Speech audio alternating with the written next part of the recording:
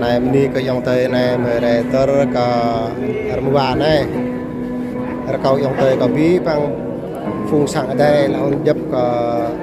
lên cha rồi kèm cả tháo là ông tháo tơ được lại có bí bằng dòng tây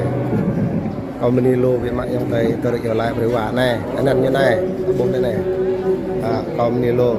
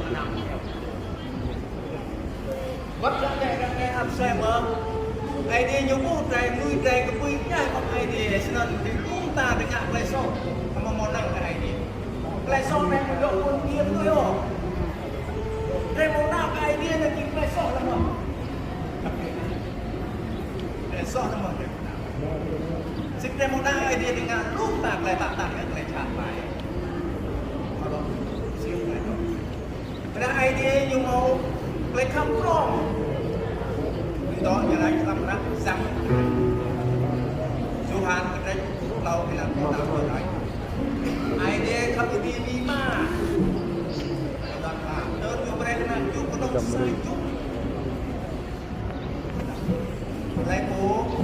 mong này tôi có phải đặt mong này tiếp